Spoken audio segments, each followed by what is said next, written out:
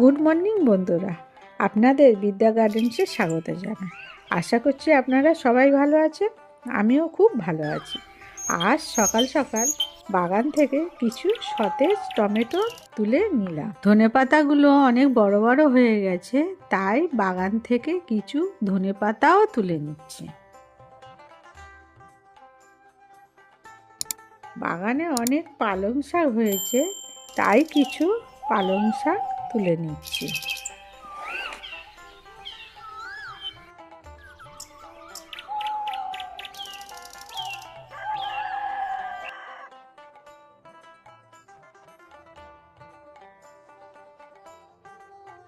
তারপরে দেখলাম এই মটরশুঁটিগুলো পরিপূর্ণ হয়ে গেছে, তাই আর লোভ সামলাতে না পেরে বেশ কতগুলো মটরশুঁটি তুলে নিলাম।